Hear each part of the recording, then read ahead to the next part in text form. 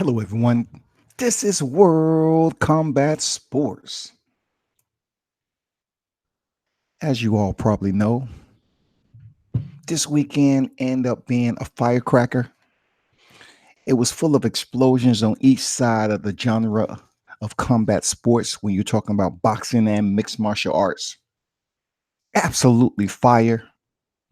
Some of the matchups on the card, when I'm talking about mixed martial arts, was quite entertaining. Especially when there was non-title fights. All right. Let's talk about first boxing. Oscar Valdez. Oscar Valdez showed once again that he is a true champion. The way he went in there and put on that performance, it was entertaining from start to finish. And I'm absolutely one of those fans that tune in to fighters like Oscar because they do fight with pride. You know, they fight with a sense of dignity. They fight with a sense of pride. And Oscar Valdez is one of those fighters that I had the opportunity of interviewing in Frisco, Texas, and spoke to him. And I respect what he's doing in the sport. You know, coming back from that injury, having his jaw wired shut, having to eat through a straw until that injury healed, and then come back, being a tough fight to defend his title. He's a true champion, man. I got to give it up to Oscar Valdez, you know, for going in there against Sanchez and getting that win. You know, he was able to drop him, but he stayed the course. He didn't overreact or get wild and try to go for the knockout like a lot of fighters do. You know, just trying to impress the audience or the crowd. And man, I enjoyed it. So salute to the man. Salute to the champ. I also wanted to give a shout out to a local fighter. I just left the gym before they stepped off for this fight. Michael Seals went in there and won in devastating fashion. Shout out to Coach Alion Felipe that's down here in Georgia. If you don't know who he is, he just had a fighter in mixed martial arts, Diego Lima. Diego Lima went in there and shut down Michael Venom Page. Michael Venom Page was on a win streak like no other. But with the fight game, it's all about how you improve each and every time, especially in mixed martial arts. And Diego Lima was able to go in there and shut down Michael Venom Page with a slick low front kick. And watch on the blitz. The timing was perfect on the blitz because Michael Venom Page was known just to blitz and get people the ball up in a shell, but not Diego Lima. So he was able to get that knockout. And then last night, Michael Seals was able to land a right uppercut and then come over the top with overhand right, crushing his opponent. It was almost like looking at Deontay Wilder knockout Romain Stavern. What's going on, Tone Bangers? Salute, bro. What's good? So shout out to Coach Felipe and Michael Seals for getting that victory, man. That's his third straight victory. Good job. For real. Salute to you. Next, of course, we have the one and only Triple G, which, you know, one thing about Triple G, for those of you that ever tuned in to me talking about Triple G, I really haven't been sold on him just being this outstanding, superb striker, this legend of the sport, a guy who's campaigned in the middleweight division from the test of time. But a lot of people love hearing a big drama show. A lot of people love giving this man credit for fighting opponents that isn't considered the highest tier. You know, he's an older fighter now. He did make a change, you know, to Jonathan Banks. He went in there against a guy who really hasn't fought any top tier opponents himself, don't have any reputable competition on his record. And from what I hear, he was one of those guys that had a regular job. And it's not too much to brag about in Steve Rose. And guess what happened? He went in there and finished the guy in 4 rounds. Typical stuff, man. Like that is what you consider the soft touch to me. Because Triple G trying to convince people to come out and pay for a trilogy between him and Saul Canelo Alvarez again. Go right ahead and waste your money, man. Because I see Canelo Alvarez defeating Triple G again. I don't see anything drastic. I seen him go in there and look like Triple G. Was able to get the job done. Was able to complete the mission and get the victory. But his opponents was no way, shape, or form on the level of Triple G, and he showed. And he ended up stopping him rather easily in the 4th round. So I'm not sure how many fight fans is waiting to hear the announcement, but it kind of takes me back to when Saul Canelo Alvarez was fighting Julio Cesar Chavez. I mean, when he went in that fight, people was understanding that it was just going to be a sparring match. We didn't know how long Chavez Jr. was going to stay in the fight with Alvarez. Was he just going to bow out? There was a lot of Mexican pride going on there, especially with Julio Cesar Chavez Sr. I never considered Chavez Jr. of quitting.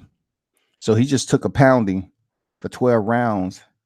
And in the media already, they had mentioned that the fight was already signed with Triple G. So you know how Oscar De La Hoya worked. I mean, Chavez knew the plan of attack. He knew what his orders was. He knew what he was supposed to do. And he went in there and gave it an entertaining fight for what it was worth. And then immediately after, Triple G splits the ropes and come in there and announce him and Canelo Alvarez will be fighting for their first fight. And that potentially led to the first draw that they had. So once again, I see these neighboring fighters getting rewarded for whatever they're doing. They're piquing the interest of somebody that's willing to make some money off of them. I salute Triple G for switching away from Abel Sanchez and feeling the time was now, the moment was right. Let me split ways and try to refine what I can about my skill set. Is there some fine wrinkles that Triple G can include in there, and go back in there and try to win the fans over. He's an older dude. He is an older dude, period. So that's enough of that, man. He got the win. If him and Canelo fight, whatever. But this boxing is all over the place because Canelo says he want to fight Errol Spence, and then it comes around that Canelo wants to possibly fight Triple G. So we'll see how that's going down. We'll see how that plays out over the next coming months. This is world. We'll see how that works in the pending months, because I would like to see Errol Spence versus Canelo, a fresh face in that division. Plus the suspense of Errol moving up 2 weight classes, just like Mikey Garcia, to challenge one of the most powerful, dominant fighters in boxing today. It will be a challenge. It will be an absolute sensational matchup to challenge Errol Spence, who isn't afraid to go in another country to get a belt. He has a lot of dog in him. He has a lot of heart and desire. He has everything you look for in a fighter that's trying to solidify a respectable legacy. And I can say the same for Canelo Alvarez. And the one loss that he stepped up early on with Floyd Money Mayweather and absolutely received that clinic. But his career has did nothing but blimp since then. You cannot tell me when he's coming back on the tarmac. His career has been in the air for so long. That's what he's used to. Frequent flyer miles. The man can't be stopped. So I would rather see a younger Errol Spence step in there with a Canelo Alvarez and attempt to give him that work. That's real. So I hope it happens.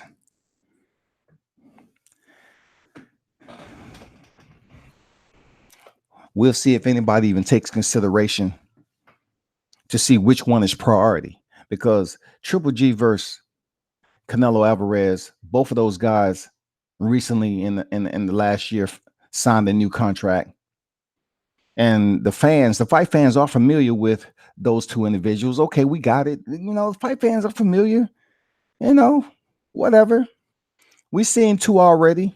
We seen one controversial draw, and then we seen the rematch where Canelo just fought absolutely different, much more strategic, and showed a much more authority when establishing his dominance in the ring. He just didn't go in there and walk through 12 rounds, but he held his ground.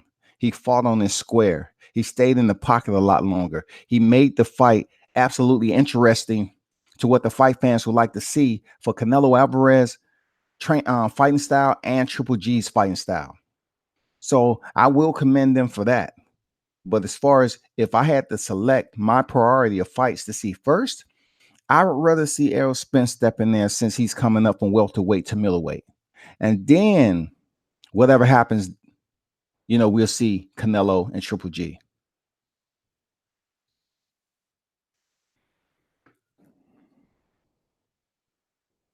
There's still a little bit here and there as far as, what's going to transpire in the aftermath of Andy Ruiz and Anthony Joshua. And I'm just going to touch on it just a little bit. But, when it comes down to Andy Ruiz salivating in the moment, relishing in all his championship glory as he should. And, it comes down to reality when it gets back to boxing. What are you going to do for the fans now? Some people might get offended by what I just said. What is he going to do for the fans? But really, the fans is the one that pays the salary to the point we have to come see you. You have to get to a point where the fans want to believe that you're for real. That wasn't a fluke because of the discrepancies or disparities of Anthony Joshua not being 100%. So it's a lot of show improvement that has to happen. But in the interim, you have Andy Ruiz doing what Andy Ruiz should be doing. He's probably at the negotiation table. They're probably trying to set in a future date for him and Joshua to make this happen. And for what I understand, like Joshua's in here saying all the right things. He's basically discounting the fact that he was knocked out, so to speak, discounting the fact that he had a panic attack. He's just basically staying the course and saying, I was okay on fight night.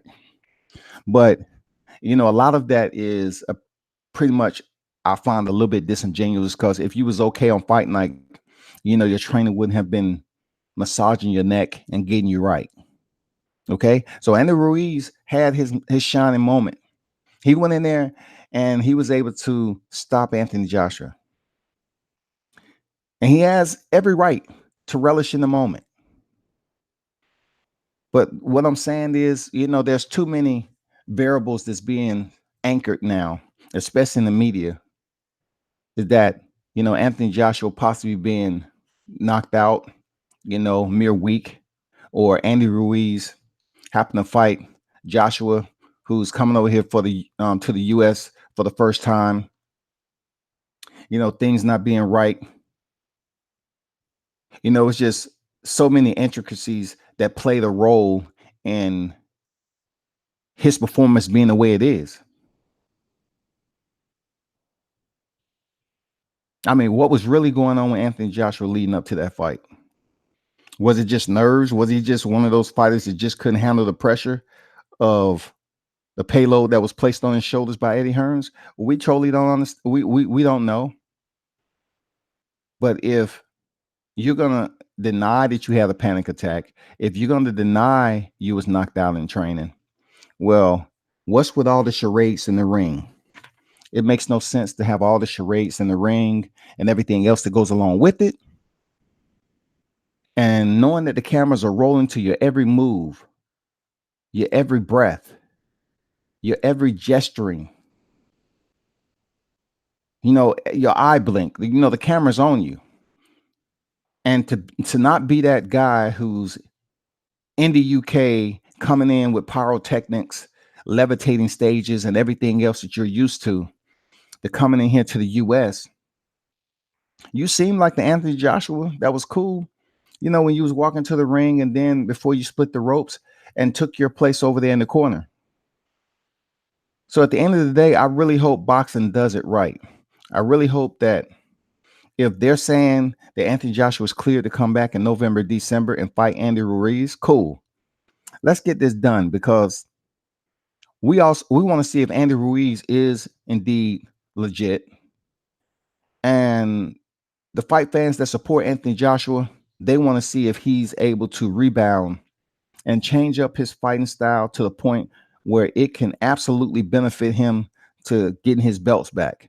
Because if by chance he's able to go get the belts back, that changes it up a lot in the sport of boxing in the heavyweight division.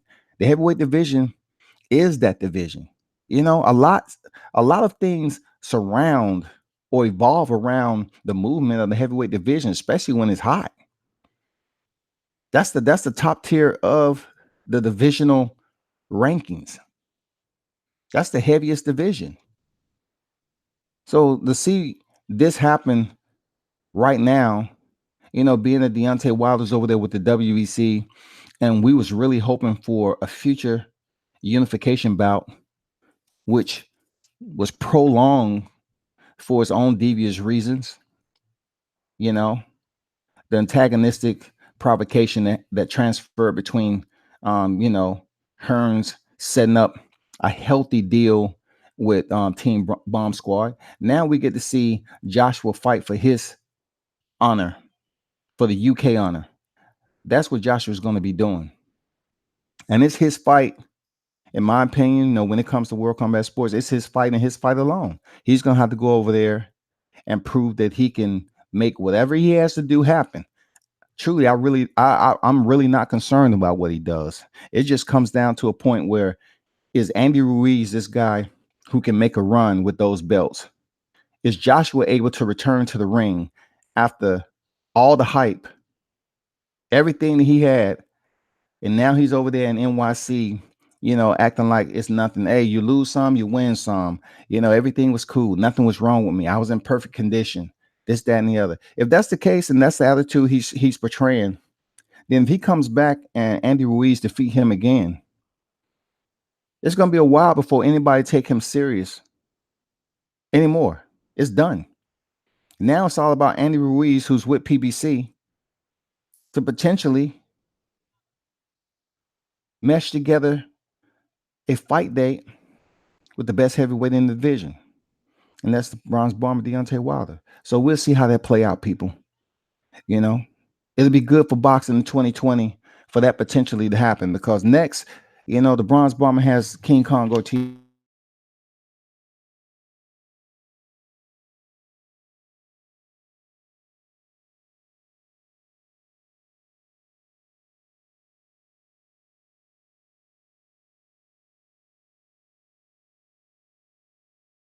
First time he knocked down Ortiz, okay?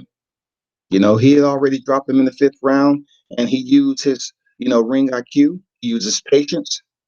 He used his piston-like jab and combinations, and that sensational innate power that he has to close out his opponent's consciousness. And that plays a big role. And it will play a role if he's ever to face Andy Ruiz. That's real talk. It will play a significant role. The height, the reach, the speed. You know, it's not just me, but when I looked at Ruiz versus Joshua, there was some slapping punches in there. And when you have an opponent that's already thinking about retreat, instead of looking to counter, instead of looking to create an angle or pivot out, exit, and create a different space for him, you know, create more distance, especially for a fighter like Andy Ruiz, who was throwing punches and bunches, and Joshua was just putting his guard up, and he really wasn't trying to return effective striking to slow Andy Ruiz down.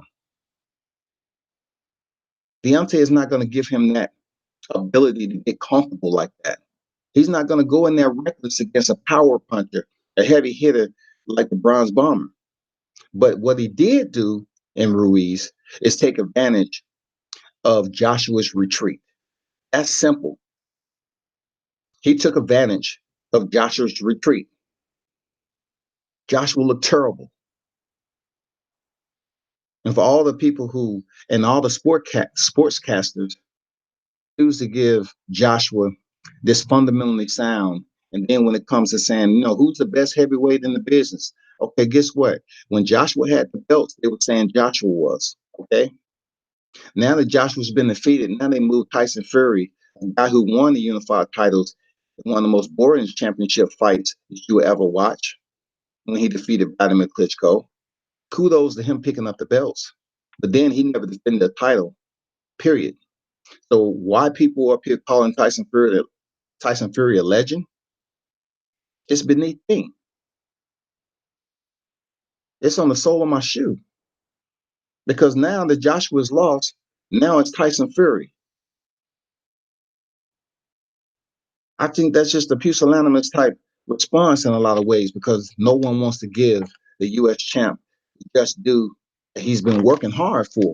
You know what I'm saying? I mean, if you have a fighter who's been knocking out every opponent, then you have to give him credit with the experience and with his dominance in the ring as being a number one heavyweight in the business. You just can't bring up a guy who lost his belts. Him and his cousin had a drug test coming for cocaine, then PED violation. He would be stripped of his titles.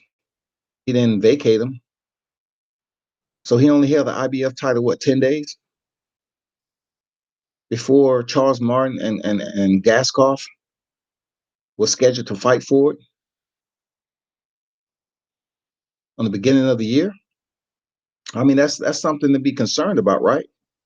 How can this dude be a legend and he picked up the titles and he never defended once? But you have the Bronze Bomber who has defended his title 9 times, been a champion for over 4 years. That's just something for you to contemplate about, okay? It's not anything serious. It's just something for you fight fans out there, from the casuals to the purists, to see why isn't the narrative, underscoring Deontay Wilder being the best heavyweight in the game. I don't ask questions much when I do commentary analytics. I just voice my opinionated narrative and I let it be. I just don't ask why all the time when people are refusing to do something. Anyway, that's my take on that. But what I want to talk about too is what exactly transpired over there at UFC 238. And if you didn't know, now you know. I do cover mixed martial arts too, since the inception of the sport. Love it. It's just such a magical art of war, because it demands the opponent to continue to improve themselves in every facet of what they expect combat to be when that time comes to challenge their opponent in the cage. It demands that you learn every aspect of the game. And if you don't learn every aspect, you'd be absolutely a genius at skill sets and disciplines that you have learned over time, that allows you to go over here and think about the process on how you're going to technically go in here and get this victory without being an all-around striker. And in this day and time, the way the sport has evolved, it's just so much glory to give to those who improve their skill set from the ground up. From the ground up. Yesterday, UFC 238 went down, man. And I'm not going to go too deep in the card, because some of these names you may not be familiar with. But I wanted to start off with Pedro Munoz. Pedro Munoz was that guy who went in there, and his last significant bout was stopping Cody Garbrandt. Now, of course, those of you that tune in, Cody Garbrandt went in there with the wrong fight plan from the inception of the damn start of the fight. I mean, he just had that momentum going for him when he was able to go in there and defeat. I mean, he just made Dominique Cruz look like he was a couple of levels short that day. He was fluent, his footwork was on the mark, and he was able to elude any type of awkwardness. You know, for those of you that follow Dominique Cruz, he is one of the most awkward, unique fighters you'll ever see. But Cody Garbrandt was able to pick up the title, man. You know, he did what he had to do from a fighter in Dominique Cruz who came back off a 2-year hiatus and defeated TJ Dillashaw at the time, who was the champion. So Pedro Munoz, you know, high point in his career was going in there and defeating the previous champion, Cody Garbrandt. So he was on the roll. Now, for Aljamain Sterling, when he had his step-up fight against Marlon Moraes, the same one who fought in the main event against Henry Cejudo last night, he was fluent as he always is. You know what I'm saying? He was taking his shots from different angles, being unpredictable, but he had a little bit too much of a comfort zone in the way he was moving. He didn't have, you know, with some fighters who are very quick with their switch kicks, who are very unpredictable when closing the distance, you know, at times that you wouldn't expect them to do it. That's Marlon Moraes. Like, you don't expect him to throw kicks as fast as they do. And then when he kicked his opponent, when he landed kicks, they're brutal. He's one of the hardest kickers in the mixed martial arts sport in the world, period. Like, we used to have Jose Aldo, you know, he's on the backside of his career. But now we have Marlon Moraes, who's arguably has some of the most hardest kicks in mixed martial arts. So he was able to switch kick instead of going to the body.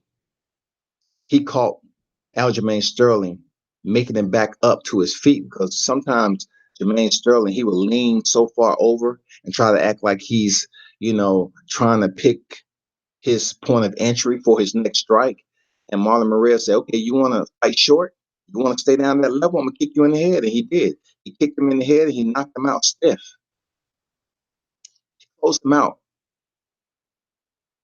It was brutal. I mean, Sterling was on the canvas, stiffened up, toes curled, everything. It was a phenomenal win for Marlon Moraes. So Marlon Moraes, he would go on to fight Jimmy Rivera, who was also on like, what, a 14, 15 fight win streak? I mean, dude was on a roll. And the same thing Moraes did to Jimmy Rivera. He kept great distance. He was chopping him down with his kicks. And what's the beauty of it? He would continue to go to the bodies with his kick. And if you have a hard kicker like Moraes, is going to kicking you in the lower leg, kicking you in the mid thigh, kick you in the ribs, you want to protect those areas. And that's what Jimmy Rivera was doing. He was protecting that area. So when Moraes set up to deliver that left kick again, he really gives you no indication whether he's going over the top, he's going low or not. That's how much of a lethal striker he is, how much unpredictable he has as a striker in delivering these kicks. And this is with his left leg. Like some fighters, you know, they can switch it up. They can give you the right or the left leg, and it still send the same message. You don't know where it's coming from. You don't know if it's going to be low, high, or in the middle. And he kicked over the guard of Jimmy Rivera, clipped him on the top of his head, messed up his equilibrium. You know, he went straight to the canvas, did some ground and pound punishing while he was on his back, and forced a referee stoppage. Momentum and victory to Marlon Moraes. Dude is looking unstoppable at this point. Dude is looking unstoppable. Now, going to Henry Cejudo. Henry Cejudo returned. We're talking about a guy who came in that mixed martial arts. He's a little bit soft. Talking about as far as his physique. He had the wrestler's kind of fighting style a little bit. You know, he's an Olympic gold medal wrestler. He is legit when it comes to that genre of sport. and he missed weight and really got discouraged. So he had to go back to his team and say, I got to change some shit up, man. I really have to change some shit up, because if I'm gonna be respected in this weight class, I got to find that dynamic that works for me. And that dynamic is having a team. Sometimes they don't have enough money, have enough funds to have a solid A1 team. So it takes them a little bit of time to blossom until, building that workforce they need behind closed doors, and then go out there and shine under the bright lights. And that's exactly what Henry Cejudo did. He got himself together. He was able to go in there and fight the best flyweight in the business, the legend himself, Demetrius Mighty Mouse Johnson. And Mighty Mouse was able to close out Henry Cejudo via knees. You know what I'm saying? I was like, damn, does he have a soft midsection? What the hell? When do we see Mighty Mouse Johnson throwing knees and closing out his opponents? When do we see that? But it just goes to show you how much of a lethal striker Mighty Mouse was. Dude is devastating. Mighty Mouse was one of the best ever to do it in the sport. He was able to defend his titles and surpass that of Anderson and Spider Silva, who they was considering the GOAT at one time. Henry Cejudo loses. Then he comes back and he loses again to Joseph Benavidez, who, in my opinion, outside of Demetrius Mighty Mouse Johnson, was the best.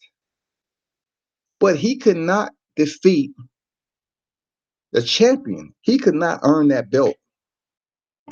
Demetrius Johnson not only beat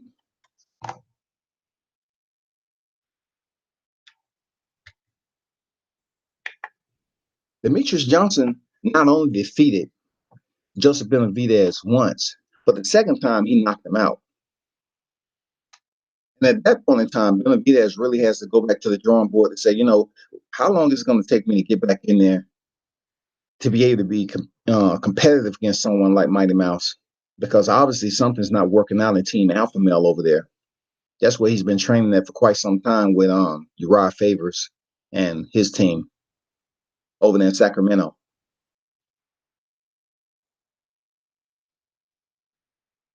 So Henry the Messenger Cejudo loses to Joseph Benavidez. Then he starts to make changes and so forth. Start getting wins under his belt. Good, consistent, solid wins.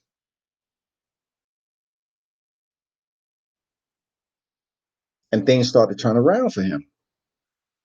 He go in there with a tough jiu-jitsu practitioner in Wilson Reese. Wilson was known to be one of those guys where, if he can close distance and get you in a clinch and take you down, yeah, he can do some damage and probably get you in a submission. But also he had several losses. He's a very, predictable, one-dimensional sometime, fighter. He wasn't really what you consider an all-around striker. He was tough. He can take punches. But when it comes down to him just being in the big fights and to keep his opponents guessing, that wasn't Wilson. So Henry Cejudo had him, defeated him. And he went in there against Sergio Pettis, the younger brother of Anthony Pettis. And that was a solid win because Sergio was on the rise, very respectable in that division. And Henry closed him out. He won the decision. And that was on the undercard of Holloway versus Aldo 2. And we all know what happened in that main event. Holloway has 2 wins over Aldo. Then he steps back in there for his rematch, people. You know what I'm saying? The first time he stepped in there with Demetrius Mighty Mouse Johnson was 2016. Now it's 2018. He steps back in there. He took a couple of years off to do it. I'm not talking about off from the sport. He took a couple of years off in a figuratively speaking sense to work himself up the ladder and get back in there with Demetrius Johnson. And he ended up winning a split decision against one of the best flyweights ever to grace the cage in the UFC. And that fight was on the Dillashaw versus Garbrandt 2 headliner, where we seen Dillashaw defeat Garbrandt again via knockout. So now Dana White, from what I'm hearing, like, Henry Cejudo won the belt and everything, and Dana White is trying his best to close out the flyweight division. So I guess the offer was made to Henry Cejudo, and Henry being Henry, he kind of talked himself out of a huge fight with TJ Dillashaw. TJ was currently the bantamweight 135-pound champion. So Dana White, from rumor mill, was trying to close out the division because fighters was getting released. He was cutting fighters from the flyweight division, dropping them. And they was like, what the heck is going on, man? Dana White trying to trying to disband the flyweight division, just totally banish it for good. So Henry Cejudo talked himself out of that, and Dana White, having the options, he went over there to TJ Dillashaw. He said, hey, we'll offer you this, drop down to 125 and go fight Henry Cejudo.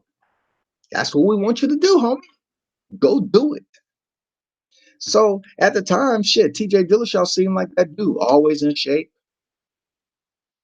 disciplined, on a win streak, getting the job done, closed out Cody Garbrandt.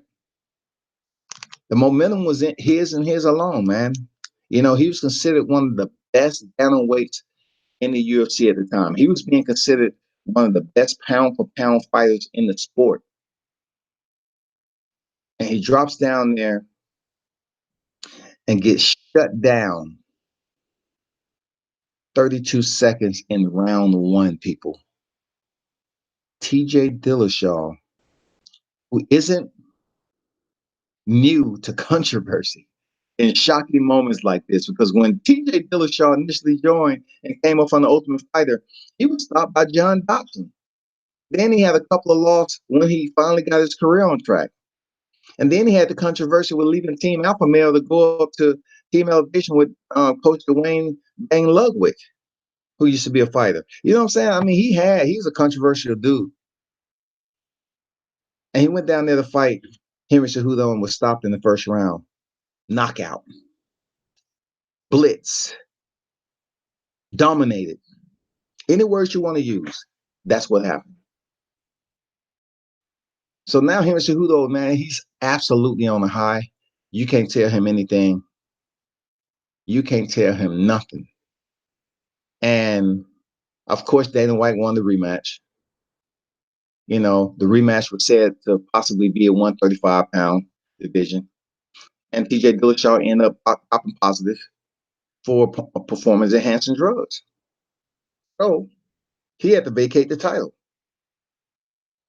Once that title was vacated, the number one contender who went in there and stopped Aljamain Sterling, stopped Jimmy Rivera, he was the number one guy to fight for this title. So being that the UFC, Dana White has been scheduling back and forth, say, hey, we're trying to do this champ type deal, this champ. They did it with Conor McGregor. They did it with Daniel Cormier. They did it with Amanda Nunes. Now the word came up that they would try it with Henry Cejudo, who was the flyweight champion, who will move up and challenge for the 135-pound bantamweight championship. And that's what happened last night, man. They went in there. Two damn near equally matched guys. You really couldn't call it, because Moraes is one of the hardest kicking, the faster striker of the two. Henry Cejudo's one of the most dominant wrestlers in the game, and considerably one of the most awkward. I don't know. He's one of the most awkward. You can't really gauge what's going on in Henry Cejudo's mind sometime when he's in a cage. He can get wrapped up in the moment and go straight forward and just make it one of those bouts where if he can't close you out quickly, he really didn't have a plan B. But not this bout. Not this bout. He made adjustments. On the first round, Marlon Moraes showed that he was a much sharper, quicker fighter. And while Henry Cejudo stayed outside on the end of his gloves, Marlon Moraes was able to land kicks. He was able to land punches. He was effectively winning that exchange early on in the fight. I mean, when you talk about landing kicks, these kicks was landing, and they was causing Henry Cejudo to shift positions. He was feeling those kicks. When the two did close distance enough to exchange on the inside, the advantage went to Marlon Moraes, much faster hands. So as in boxing, period, if you have a fighter that's much more effective with his speed, they're able to land and keep you on the end of their punches. The one thing you need to do, especially if they have power, is to get inside their punches, to close the distance and get closer and try to do some inside, some dirty boxing, try to clinch, and then mixed martial arts. That's exactly what Henry Cejudo did. Henry Cejudo was able to get closer, gauge his timing, move his head while coming in and throwing punches from different weird angles. He did take some punishment, but his process was to close distance and work on the clinch. He went from this posturing on the outside, striking, punch for punch, one arm's distance, getting within the pocket, chest to chest, and using his Muay Thai and using the clinch and landing some solid knees to the midsection of Moraes, and it really started to affect him. It was like night and day. Marlon Moraes was having so much. He was having so much of a free-flowing advantage early on with his speed. He was just able to land his combinations. He was able to land his kicks at will. It didn't fucking make a difference. He was doing what he wanted to do when he wanted to do. And it was affecting Henry Cejudo to the point where when he went back to the corner in the second round, they said, no, you got to change this shit up, bro. You have to change this up. And that's exactly what he did. His clinch game, obviously a wrestler, he has a strong clinch game. He used to being, hip, chest to chest, working on the inside. And when he put him in the Muay Thai plum, he was able to land those knees. That slowed down Moraes tremendously.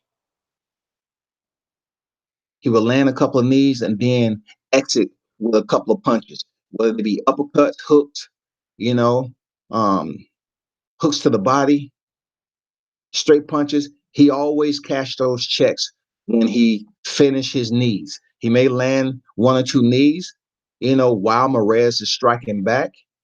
And if there was any type of, light or distance in between them, he would, before he exit and reset, he would land some punches. And he slowly, I'm talking about a 5-round fight, he slowly started breaking down Moraes. He started to break him down to the point where Moraes didn't know what to do. He even stopped using his strongest point of kicking.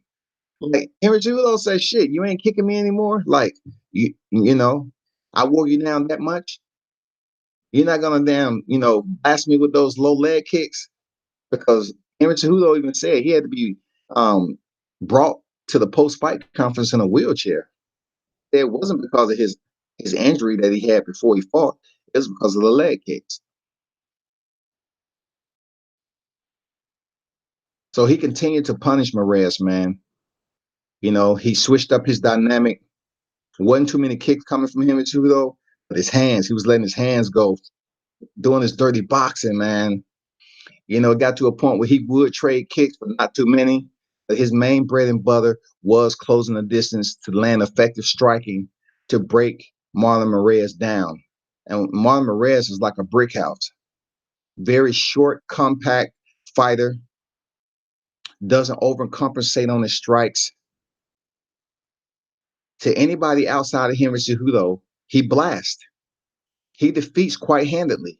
But dealing with a striker like Henry the Messenger Cejudo, who's Olympic gold medal and who's also refined his striking game, he had a problem. because Henry Cejudo went for takedowns.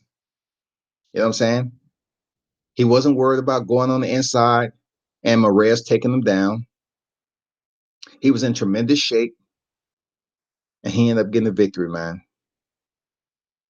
He ended up getting the victory. I was happy to see Henry Cejudo's, come full circle from the time he stepped in there with Demetrius Johnson, and then his very next fight, several months later, lost to Joseph Benavidez via split decision, and then from there on, fighting the Wilson Reese, Sergio Pettis, Demetrius Johnson, T.J. Dillashaw, in which T.J. Dillashaw, arguably outside of Demetrius Johnson, was his toughest test, especially in a higher weight class, because Demetrius Johnson, he lost at bantamweight before he went on his title run. Dominic Cruz defeated Demetrius Johnson. So there's some history there. Demetrius Johnson was undefeated at flyweight before he ran into Henry Cejudo. So that was a damn good fight, man. That was a sleeper, real talk. And salute to Henry Cejudo, the Olympic champion, and now he called himself Triple C, Olympic champ, flyweight champ, and bantamweight champ. Hey, real talk, man. You can't deny him. You can't deny him his freaking flowers, man. He earned that shit. He earned it the hard way when he took them 2 back-to-back losses with going in there fighting for the championship and then losing to Joseph Benavidez. For him to return the way he did, man, real talk. That's good shit. Okay, moving on. I want to talk about next, Sterling and Pedro Munoz. Aljamain Sterling showed me a lot as far as improvement, moving his head, kicking from awkward angles. And he was in there with a very solid striker in Pedro Munoz. Like I said, Pedro was coming off a knockout of Cody Garbrandt. But I was kind of on the edge of my seat with Aljamain Sterling because it just seems like he really couldn't handle the pace of Pedro Munoz when it came down to him closing in and continuing to give Aljamain Sterling that present pressure. And Jermaine had to come up with different responses to react to the pressure. Like he was landing punches and kicks, but Pedro was eating them. He was digesting them. He was saying, "Okay, feed me. I will take 2 or 3 of your punches to land my own." And he was landing some bombs. A couple of times he had Sterling hurt, but Sterling had the time his back hit the cage. He exited off the cage. It wasn't too many clinches in the fight. Granted, and give kudos to Sterling for ducking under that power shot sometimes that Pedro would try to land once he was up against the cage and reset, and then start with his kicks and landing those jabs, man. You rarely see MMA fighters with 4-ounce gloves land those jabs. Jab is not something that's uniquely implemented into a bout. You know what I'm saying? When it comes to 4-ounce gloves and mixed martial arts, because you have takedowns, you have kicks and everything else. But Sterling was using his jab very well. He was working behind the stick very well. And if he leaned to the right, sometimes he'll bring up that left high kick. Slick. Very, very slick. Or if he leaned to the left or right, he would throw a punch to the body or he'd throw a kick. You really couldn't tell what the hell Sterling was doing. He was hitting Pedro's any area that was open, he was hitting and keeping the shit in a shock and awe factor.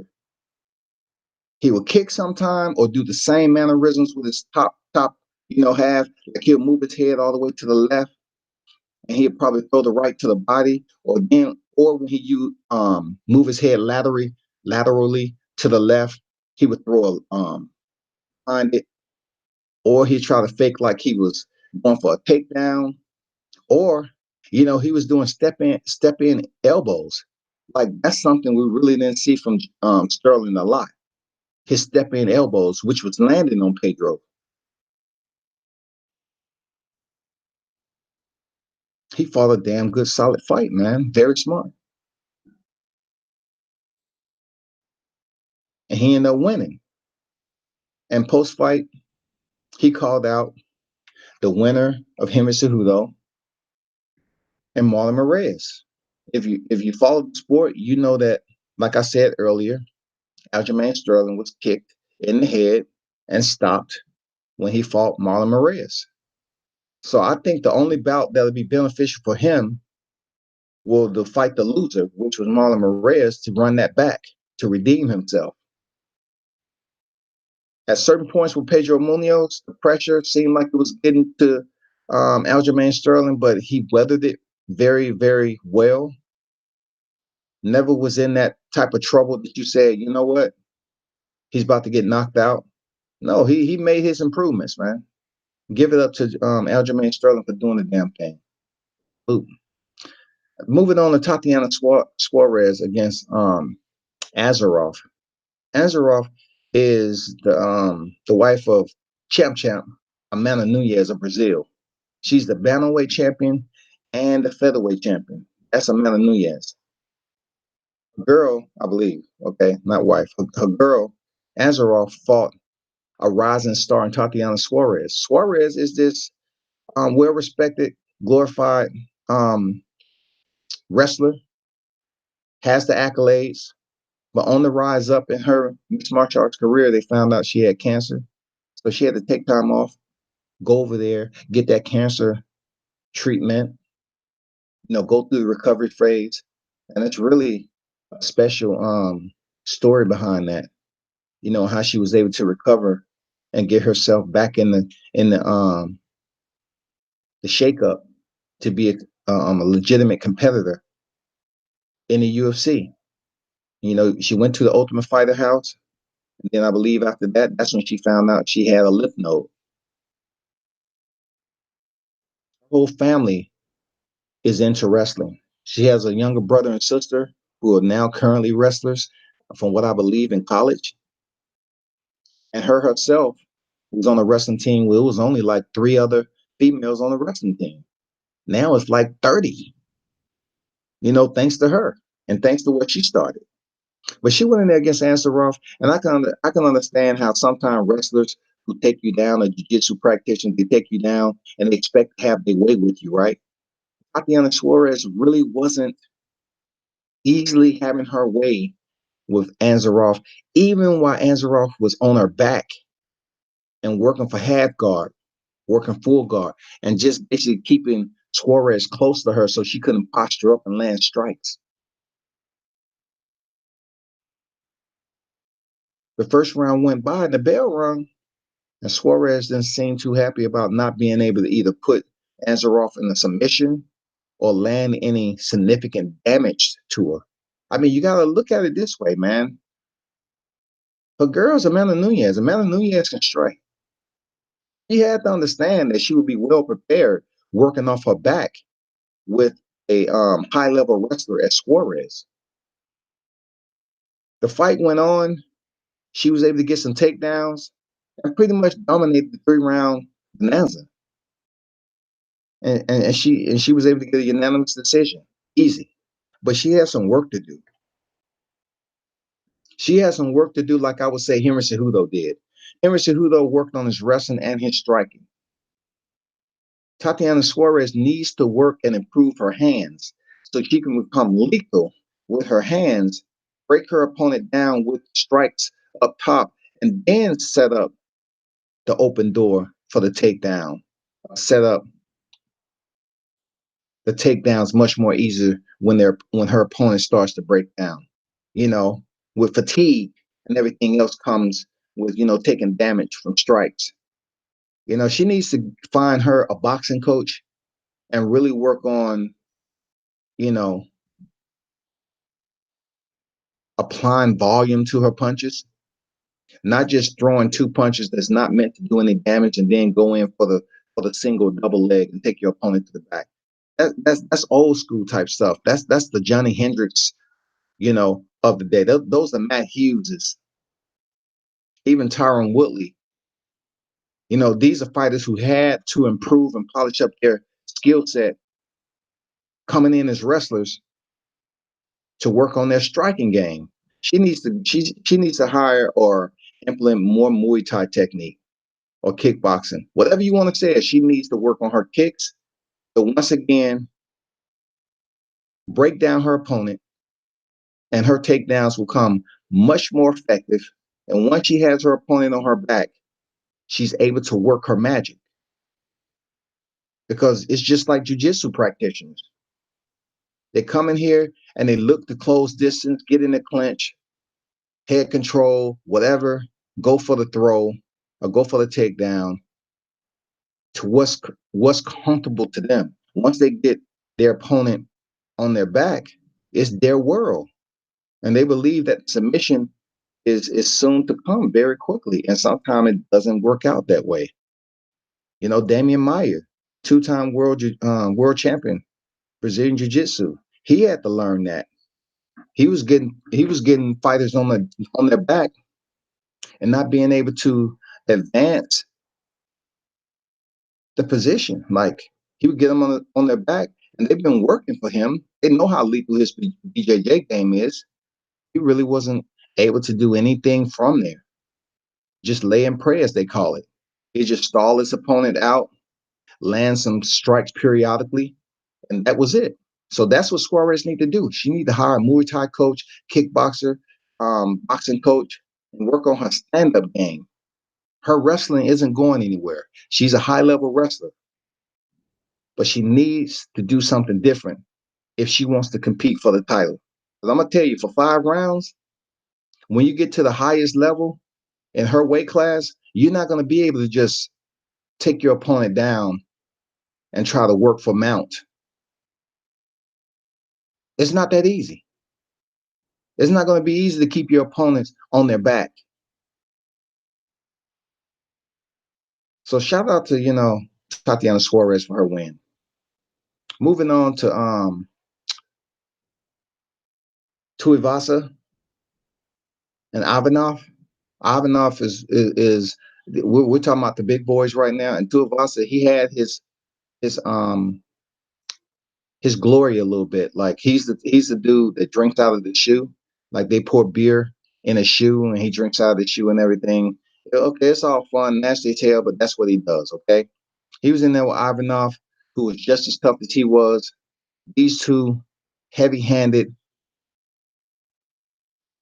fighters was throwing every ounce of their gloves, trying to punish the other. And Ivanov was a heavier, stronger fighter. He was able to pick the right position and land his punches and hurt Tuivasa. Tuivasa, being as tough as he is, man, he couldn't really change the rhythm.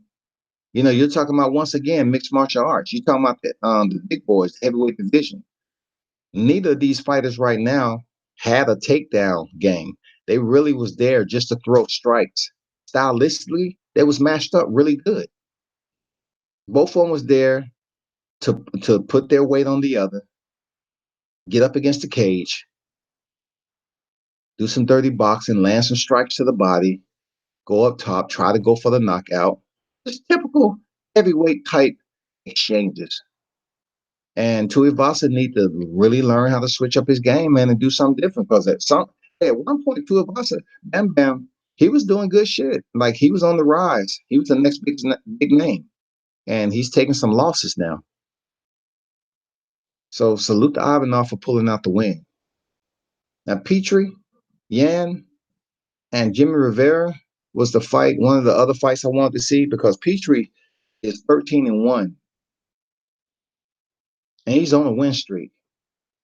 And the whooping that he put on Jimmy Rivera was shocking to me. Like, I could have sworn that Jimmy Rivera was going to be much more tougher than he allowed Petrie to be. But I like the step aside that Petrie was showing. Like, he would be center when he had Jimmy Rivera up against the cage, He would step to his right and land a left kick up top. I mean, like, it was so smooth the way he did it. Like, he would just use that movement instead of pivoting.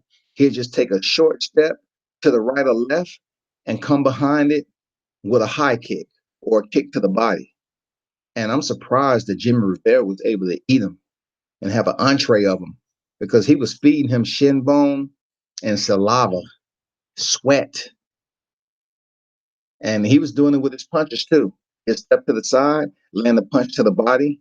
You know, whenever Rivera wanted to return, because he was kind of ducking and trying to avoid the punches, he didn't know where he was at. He had already stepped off center and landed a punch or a kick. And then when Jimmy returned, there was nobody there. And that's 2 losses. Petr Yan calls out the winner of Henry Cejudo and Marlon Moraes. Is he ready for Henry Cejudo? I think it'll be a pretty good bout, but I still give advantage to Henry Cejudo. You know what I'm saying? Because they are in the same weight class, down in weight division. They are at 135. So Yan, he had a solid win against Jimmy Rivera, but I'm curious to see how he does if he takes on another opponent, such as let's say Aljamain Sterling. Aljamain Sterling's coming off a win with Pedro Munoz, so I would like to see him fight Aljamain Sterling next, because Aljamain Sterling, he was coming off a loss to Marlon Moraes, okay, and then he was able to rebound. Petr Yan, he's still trying to prove himself, so why not do it against Aljamain Sterling?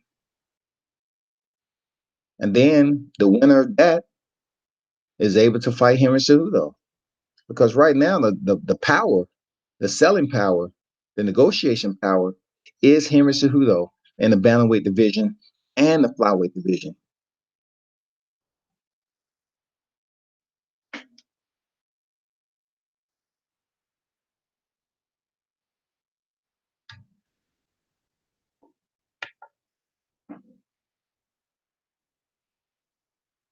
Toney Ferguson and Cowboy Cerrone.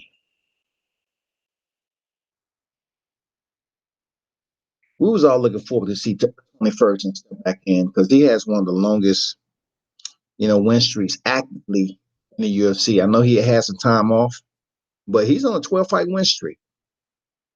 Last night he outstruck Donald Cerrone 104 punches to 68 significant strikes.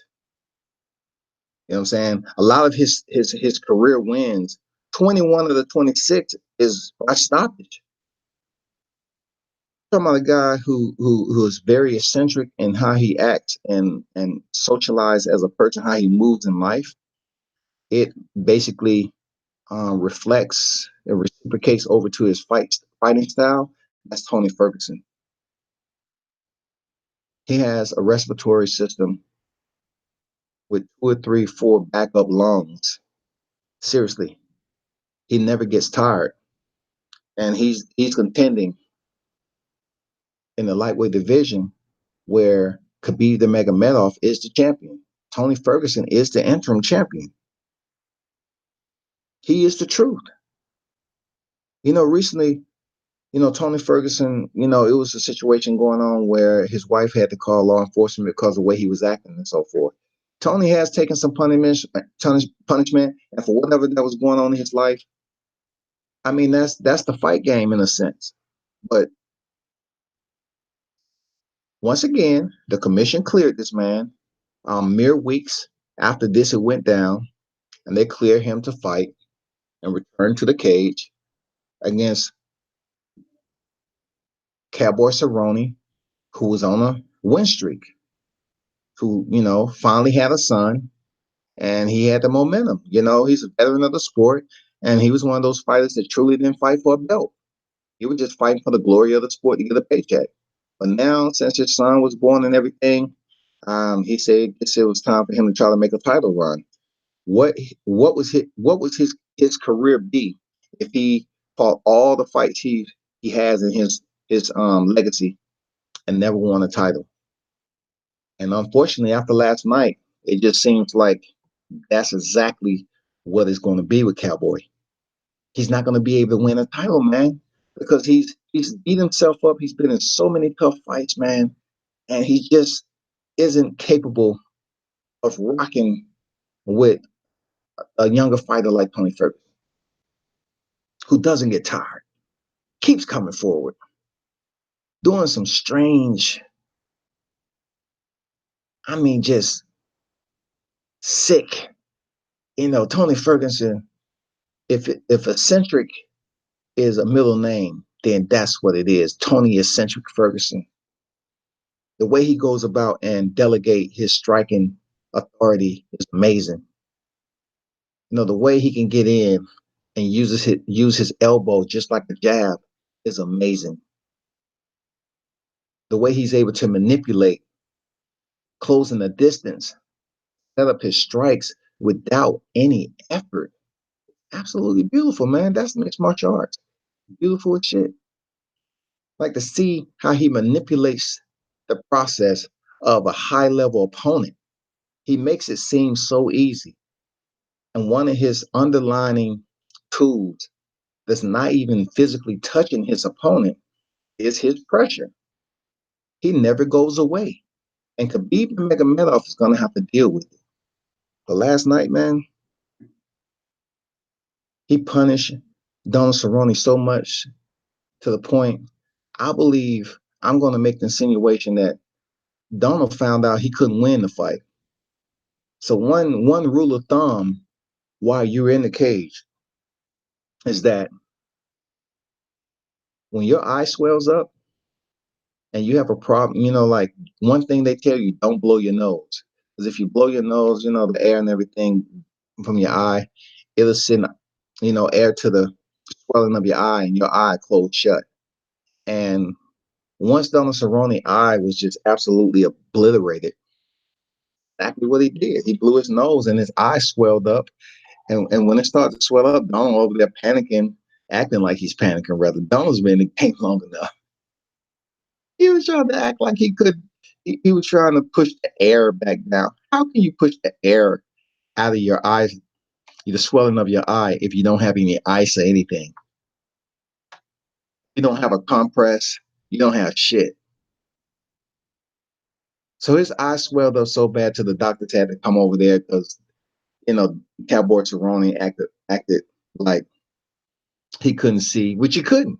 His eye swelled up all the way shut. He could not see. So they ended up calling the fight. But he wasn't winning that fight. Toney Ferguson had an easy night. There was a 3-round fight too. Toney Ferguson went in there and punished Donald Cerrone from every angle you can imagine. And he looked like it was the easiest fight he had. It seemed like the easiest fight Toney Ferguson ever had in his career against a person that's respected as Donald Cowboy Cerrone has, the amount of fights that he has, the amount of experience. Toney Ferguson made that shit look easy. Easy, y'all. And when he does step in there with Khabib Nurmagomedov off his suspension, if he gets the next shot, Khabib is a guy who pressures. And Khabib's cardio is going to have to be the same, but better, that he had when he fought Conor McGregor. Toney Ferguson, in no way, shape, or form, is Conor McGregor. Hell no.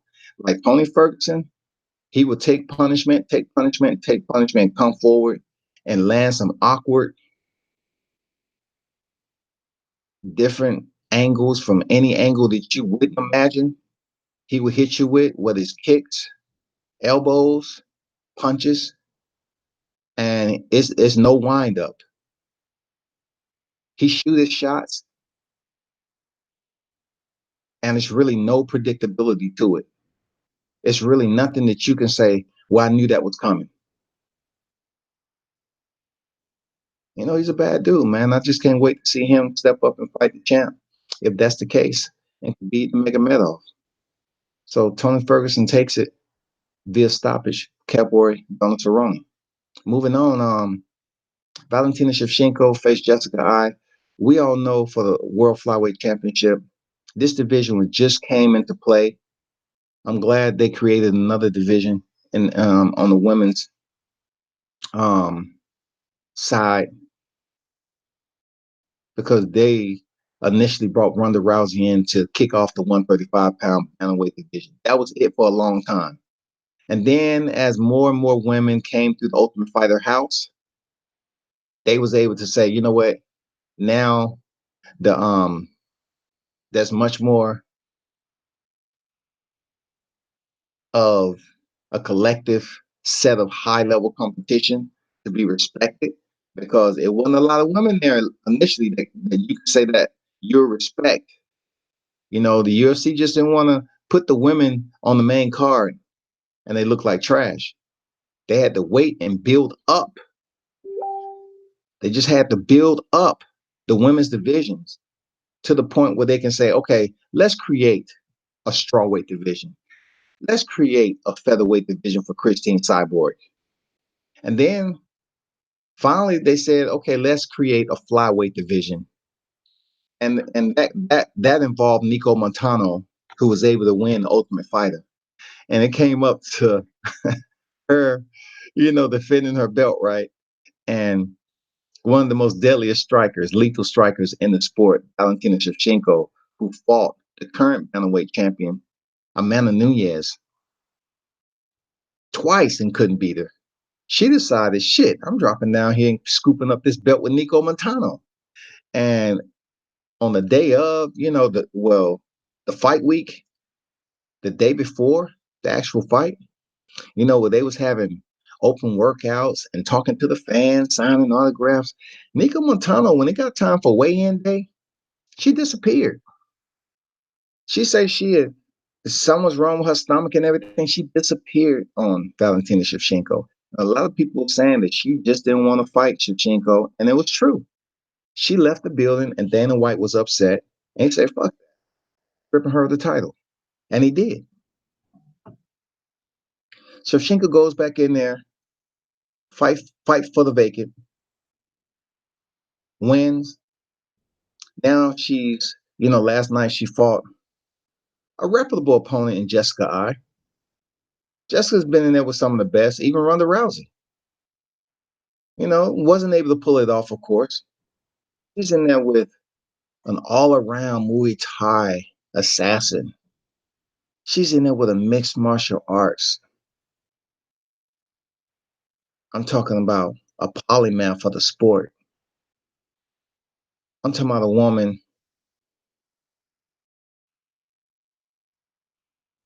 If she tells you to be home at 8 o'clock, you dead 7:15, 7:20. She has a gun tattooed on her body. Valentina Shevchenko, dude, is a different type of female Beauty and the Beast. Real talk. And the first round went off. Both her and Jessica was exchanging. Valentina was having the upper hand on that. Very poised, getting warmed up.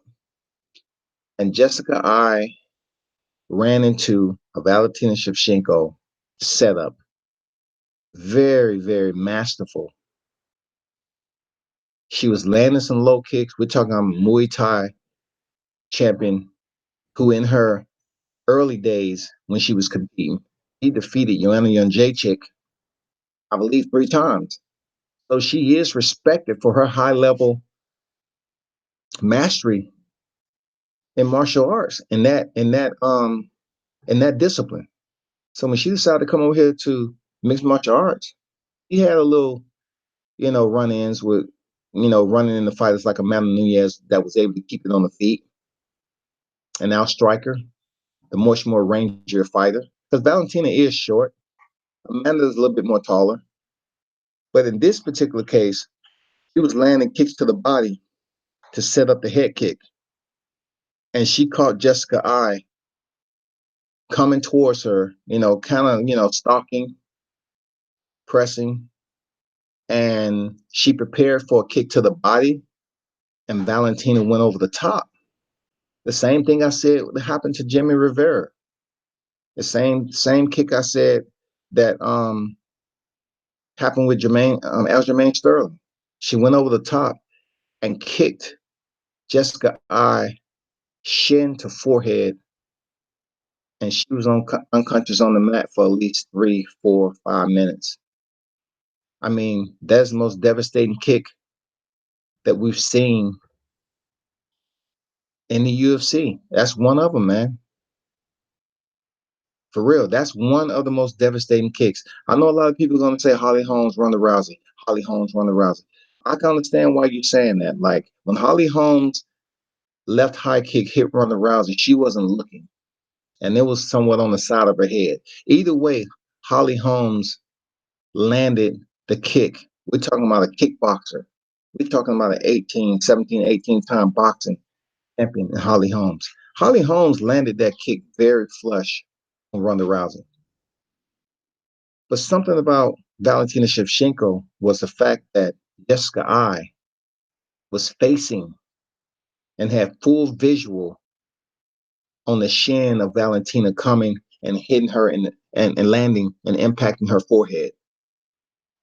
Like the way she clipped her with that high kick coming into the kick, I think that's why people kind of giving an edge and advantage to Valentina's kick being a little bit more lethal than Holly Holmes, because Jessica Eye was moving towards the kick, and Valentina raised up on the ball of her feet, pivot, shot the left high kick, clipped her on the forehead. I mean, crushed her with the shin on the forehead, and down she went.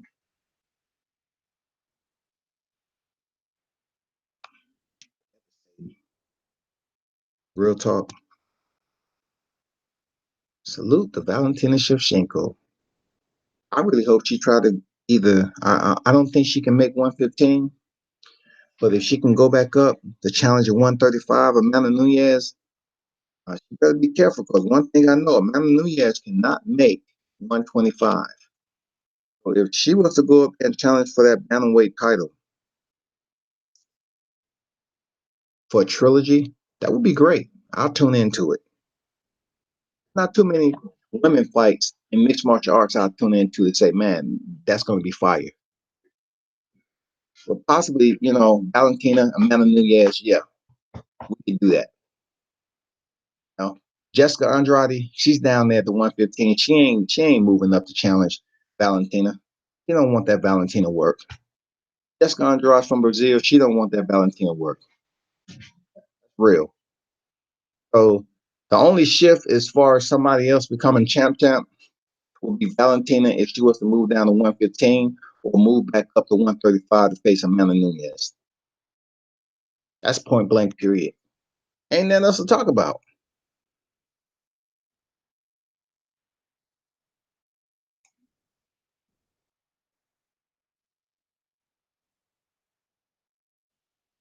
For those of you just tuning in, thank you all for stopping through. I was just covering the UFC 238 card, top to bottom. Pretty much of the fighters' names that was important to mention, so to speak, that's familiar with the fan bases out there. Ricardo Lamas versus Qatar. Lamas was knocked out, man. And he's never been stopped. It may be time to, just hang it up for Ricardo Lamas, who was in the featherweight division. But Qatar is a lethal man. Dude is a punisher.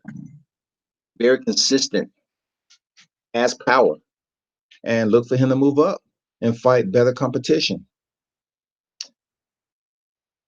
Kowalskiewicz, her fight with Grasso, Kowalskiewicz was punished. Grasso is very, very, very tough, man. I like what I see with her. I'm not sure how her ground game looks or take down the fence, but she was in there with an opponent who was willing to just stand and trade, which makes for an easy bloodbath. You know what I'm saying?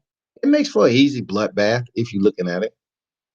If they want to stand and trade and bloody each other up and give the fans something they want, okay, so be it. But once you get to the higher tier in the strawweight division, You're gonna have to really tune some stuff up because Jessica Andrade is that striker that was stand and trade too. But also, he has good wrestling because she just dumped Thug Rose Namajunas on her head, and she has good ground game.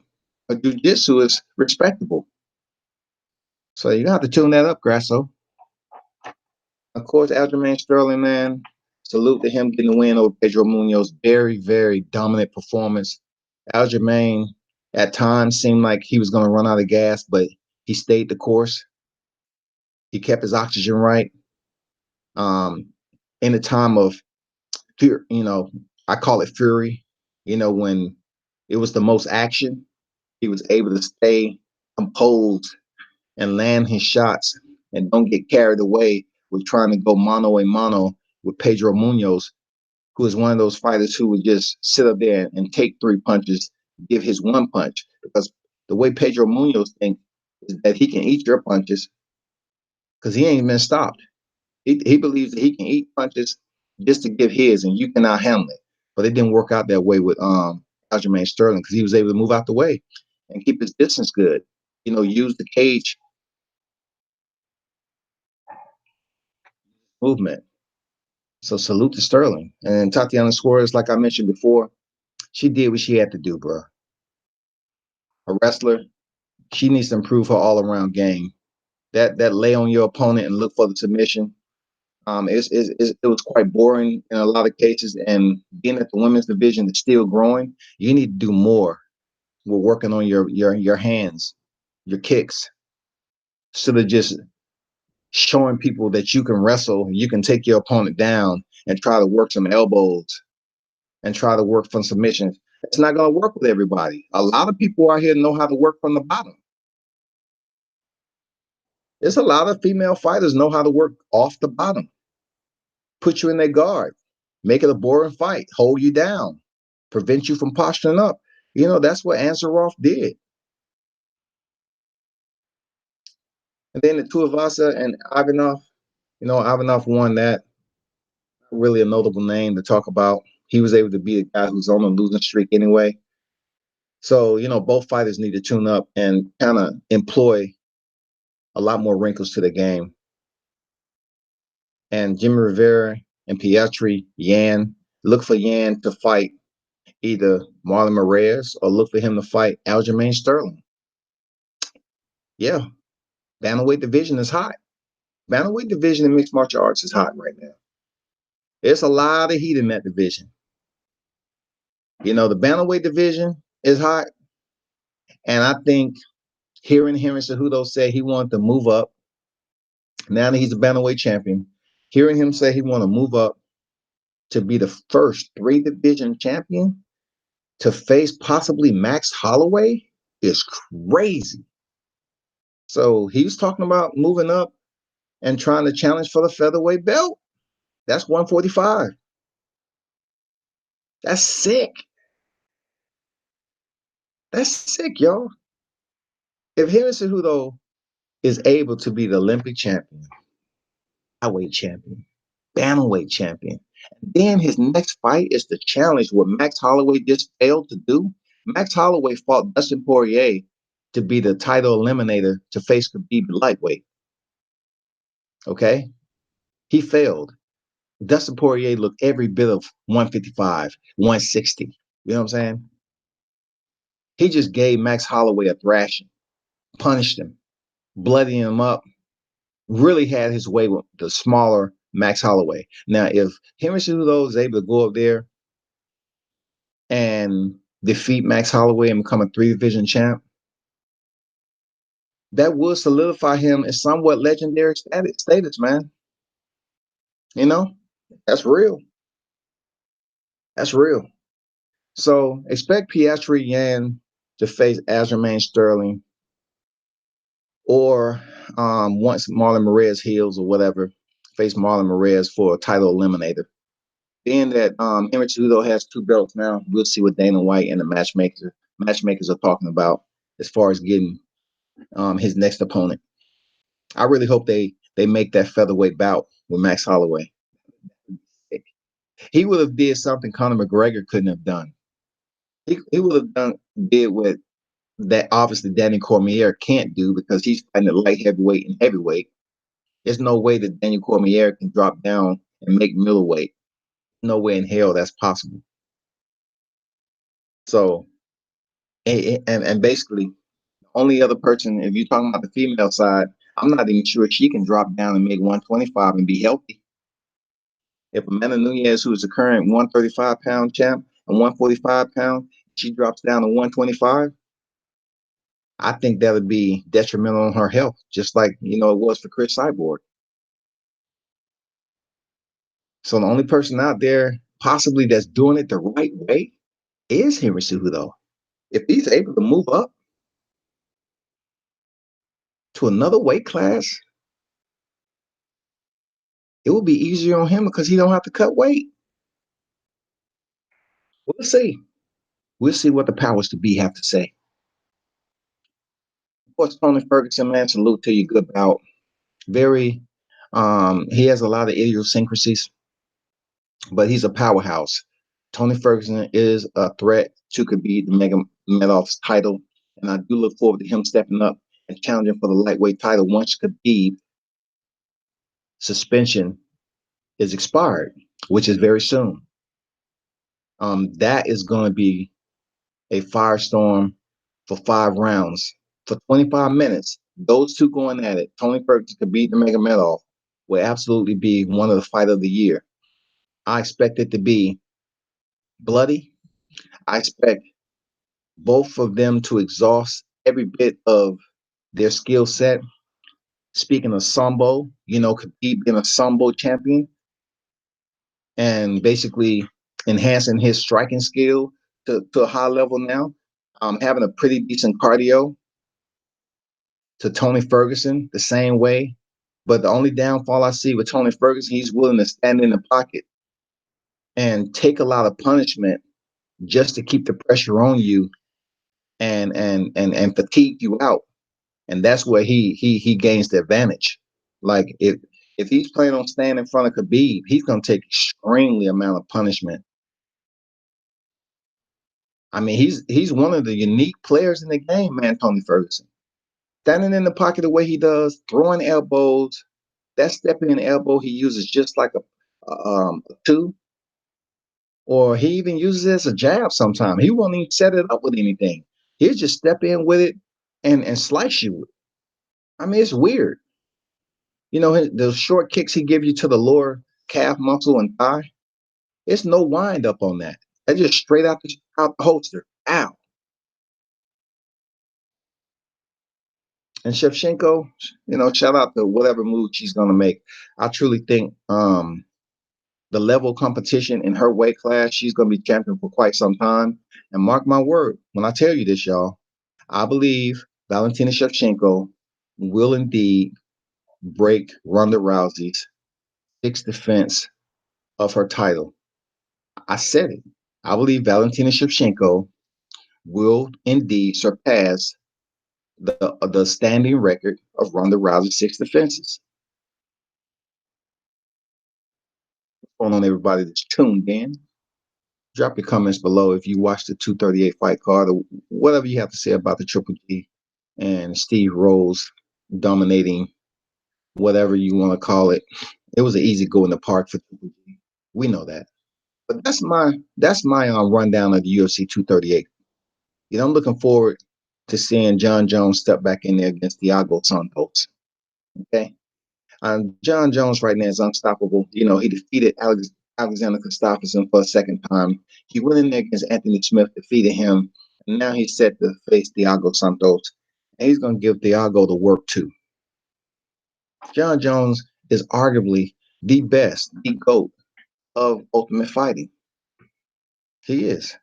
And I would like to see John Jones kind of step outside and do something else, like seeking he crossover for a boxing match. He fights at light heavyweight.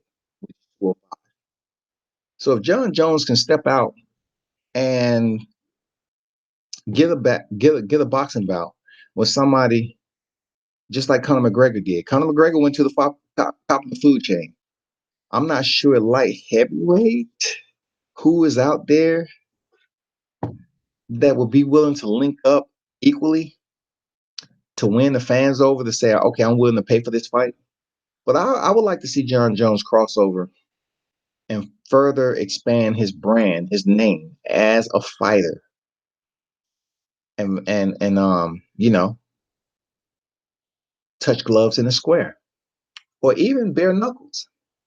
I know it's not a lot of money over there yet at bare knuckles. You know, they have people who was previous stars or whatever who had some type of name for themselves in existing organizations such as mixed martial arts, boxing, kickboxing, Muay Thai, whatever. But John Jones later on in his career, man, you know, if he was to step over there to bare knuckles, it would be exciting to see. If he was to link up with a boxing find a opponent in the light heavyweight division, would fans be able to see John Jones face a boxer on that level?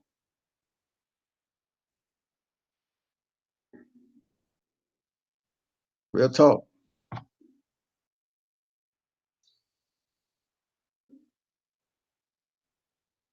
It's just getting to a point right now where you have fighters that's really trying to branch off and grow their name to a different audience. And that's what Conor McGregor was able to do, so much to the point where he was able to make 100 million with Floyd Mayweather and also get a sponsorship with the Proper 12 whiskey. The Proper 12 whiskey is doing very good numbers. So that's why Conor McGregor isn't in a hurry to stop throwing dolly trucks, smashing phones, or just doing stupid shit out there because he's won the lottery. Conor McGregor became the first two division champion, and he was able to freaking call out Floyd Mayweather, also get sponsorship. People like hearing him on the mic, talk that shit all the damn time, and then go in there and be submitted, and they still love him even more. That's freaking Conor McGregor.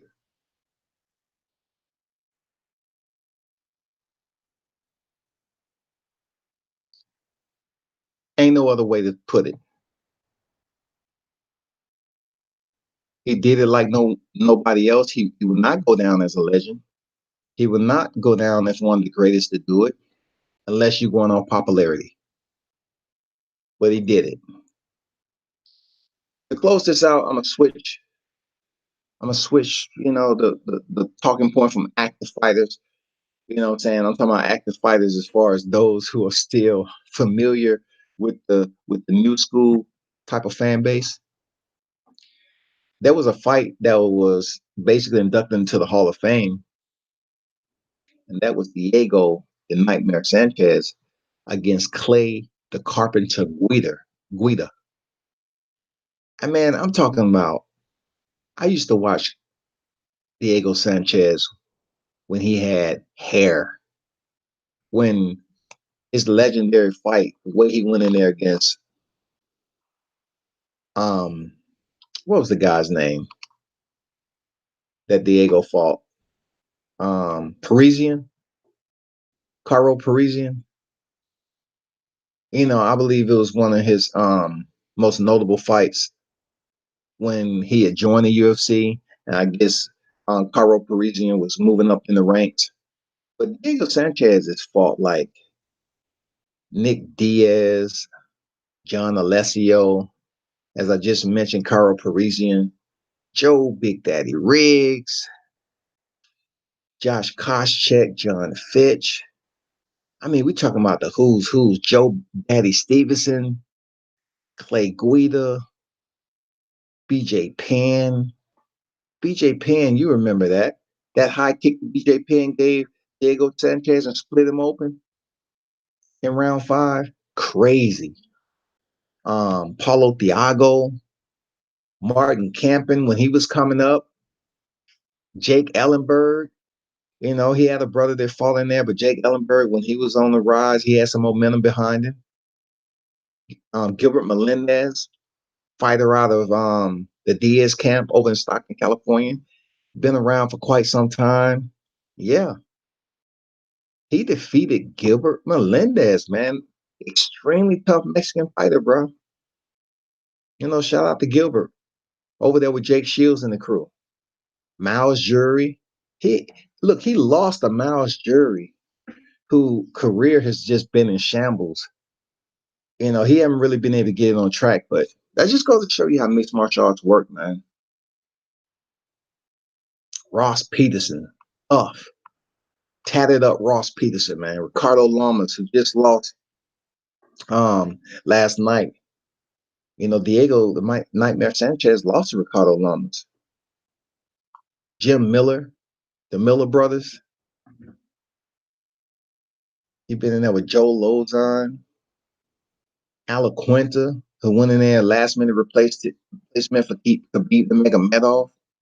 Went in there with Matt Brown. We all know Matt Brown, man. His elbows, some of the damn most brutal elbows you would see in a fight. Anyway, him and his fight with Clay Guida was one for the ages, because from the opening bell, I can say without any reservation, that was one of the best fights I ever seen in the UFC. It happened June 20th, 2009.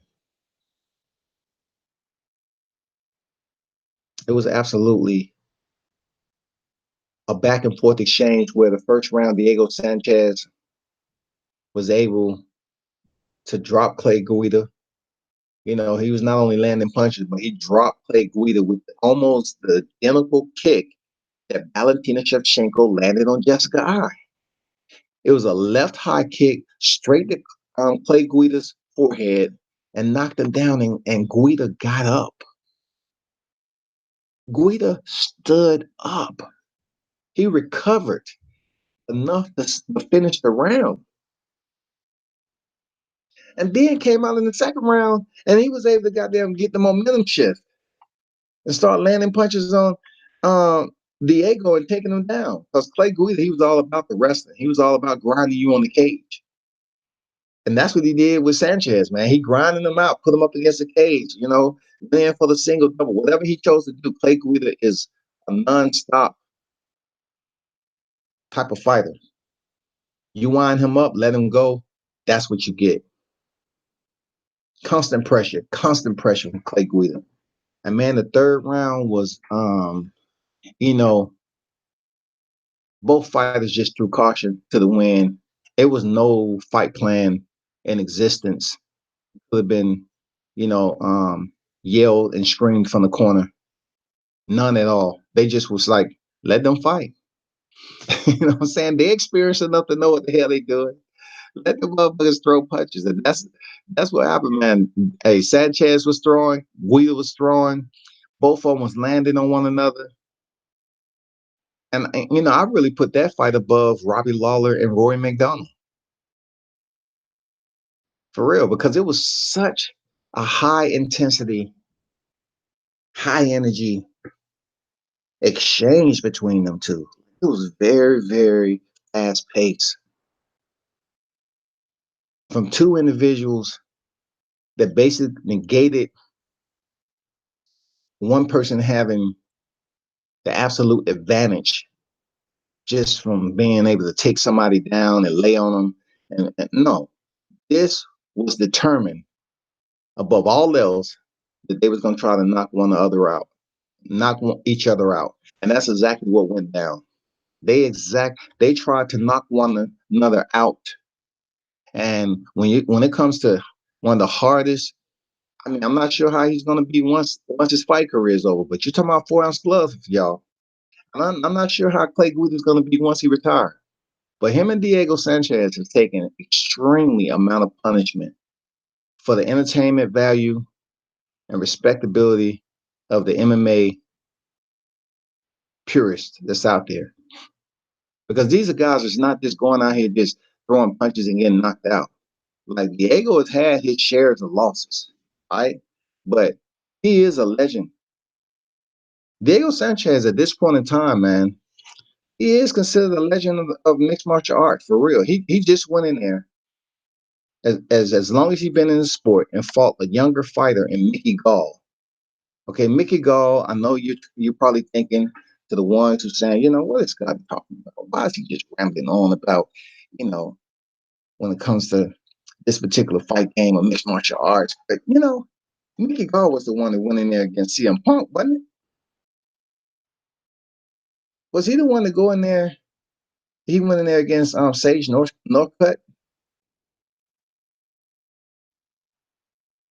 Mickey Gall had his little moment. He had his little moment of respectable all around discipline. Like, his strongest point to me is his jiu-jitsu. But Diego just went in there and demolished this dude in 2 rounds recently. I'm talking about March of 2019. He went in there and demolished Mickey Gall. Diego Sanchez, man, come on, his record is 29-11. Diego has been in the game since 04, y'all. 04.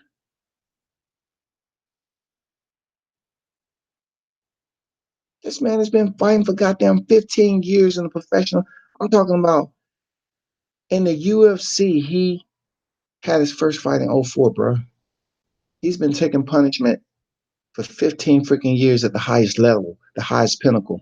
And he went in there and stopped a fighter like Mickey Gall, who's not considered the highest tier striker, but I'm just saying, he's a younger fighter. He's a legend, man. He's a nightmare to a lot of fucking people, bro. From the old Diego Sanchez to the new one, he's still a killer. Absolutely a killer, bro.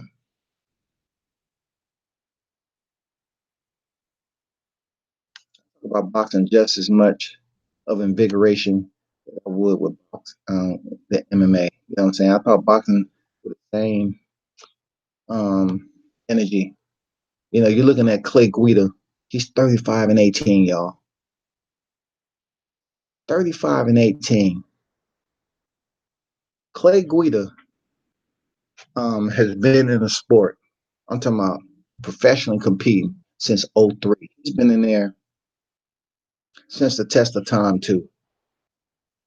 And as I told you about his record, he has 18 losses. And most of those losses, more times than none, are 1 or 2 losses back to back. And then he have a couple of win streaks.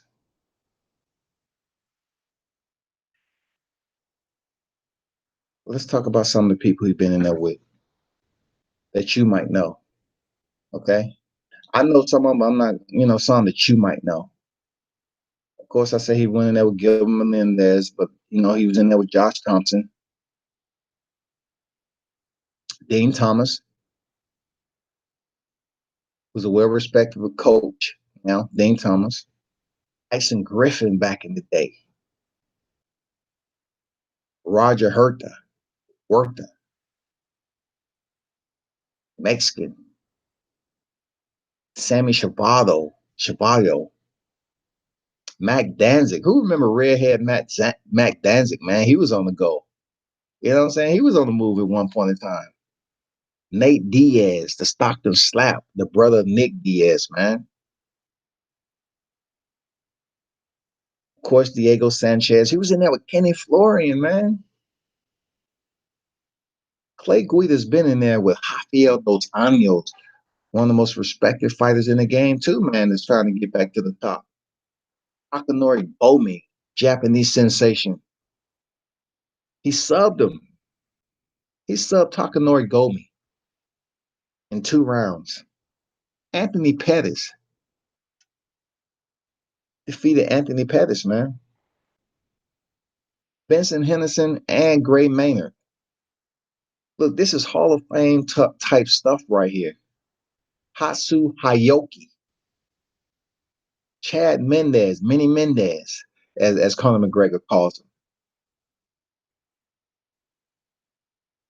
Hey, y'all probably remember this. Another Japanese superstar, Tatsui Kawajiri. It took him a while to come over here to the States to get a name for himself, but he ended up making it over here, though. Thiago Tavares, Brian Ortega. We all remember that one. Brian Ortega, that was one of the fights he took with Clay Guida as he was on his way up to face the man Max Holloway. Then you had Eric Koch, Joe Lozon, Charles Oliveira when he was on his moment, when he had his momentum. And then, of course, he beat BJ Penn May of this year. And BJ Penn, somebody should give him a message to stop fighting. But yeah, man, that's Hall of Fame match that was inducted. You know, Clay Guida versus Diego the Nightmare Sanchez. Clay the Carpenter Guida. Both him and Diego really put on one of the most electrifying back and forth firefights that you'll ever see in mixed martial art.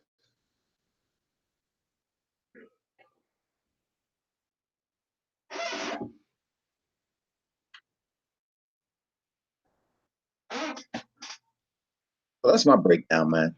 I think everybody who tuned in, it's all good. Mixed martial arts, boxing. I look forward to the next fight card. I look forward to hearing in upcoming months what's going to happen with this Andy Ruiz and that Joshua. And I really, looking forward to seeing the Bronze Bomber step back in there with Luis Ortiz, so we can further get this division stamped with one face, one name, one champ. I want to see what Errol Spence and Terrence Crawford has going on. People are talking to make a big deal about Terrence Crawford hanging out in Texas. So if by chance they're doing something that they're supposed to, getting together, conversing, trying to make business beneficial for both. Oh, let's make this goddamn fight. If Errol Spence is over there with Terrence Crawford and his team or whatever, and trying to talk up a fight, let's do that. Because there's a lot of potential in trying to unify the welterweight division. You got Sean Porter out here that's saying they signed the contract already, but Errol Spence is saying he's not fighting in August. I thought the whole process was at one point in time for him to take the easiest route. That's what he mentioned to Terrence Crawford. He mentioned that shit to Terrence Crawford. He said, hey, I'm taking the easy route. Why wouldn't I go with Sean Porter? So if you're going with Sean Porter, why haven't you signed the contract, man? And all of a sudden you're switching it up. You're trying to go for big ticket fights. I mean, what the fuck, man? It's just confusing to those who are trying to latch on and support these fighters who are champions. They trying to give you the benefit of the doubt. Like, what are you planning on doing, bro? Are you gonna be that champion who try to unify the division, or are you just gonna go for these unique type of matchups that sets you up for having a lucrative purse? I mean, what the hell we got sanctioned body? What the hell we got belts for? If no fighters really trying to fight and trying to become unified and become undisputed. Terrence Crawford's already did it at junior welterweight, a super lightweight. He already did it at Errol Spence. So, I mean, it's not too many divisions that you can say you've dominated since you've became a professional. So if welterweight is going to be a division, I will definitely like to see Errol Spence step in there with Sean Porter, and then from there, let's talk about either freaking Terrence Crawford or Keith Thurman once he's finished with Manny Pacquiao. But I truly believe that Keith Thurman will defeat Manny Pacquiao. If Keith Thurman doesn't defeat Manny Pacquiao, I don't prognosticate stuff like that, but I feel that he is still competitive enough to defeat Manny Pacquiao. 41 years old, to a younger, youthful Keith Thurman, I believe he can do it.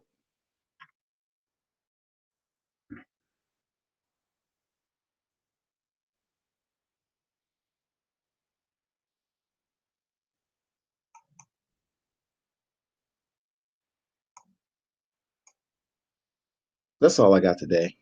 Hey, it's been a pleasure as always. World Combat Sports here.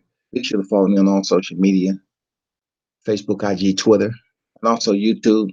It's going to get on and popping. Be sure to tune in to worldcombatsports.com. Check out the website. I have some really informative, I have some hot freaking media drops out there. Check out the articles that I've wrote, your most exciting fighters that's in the sport today. I look forward to putting out some more articles probably this week, upcoming. So those of you fight fans is out there, be sure to turn up and tune in to World Combat Sports.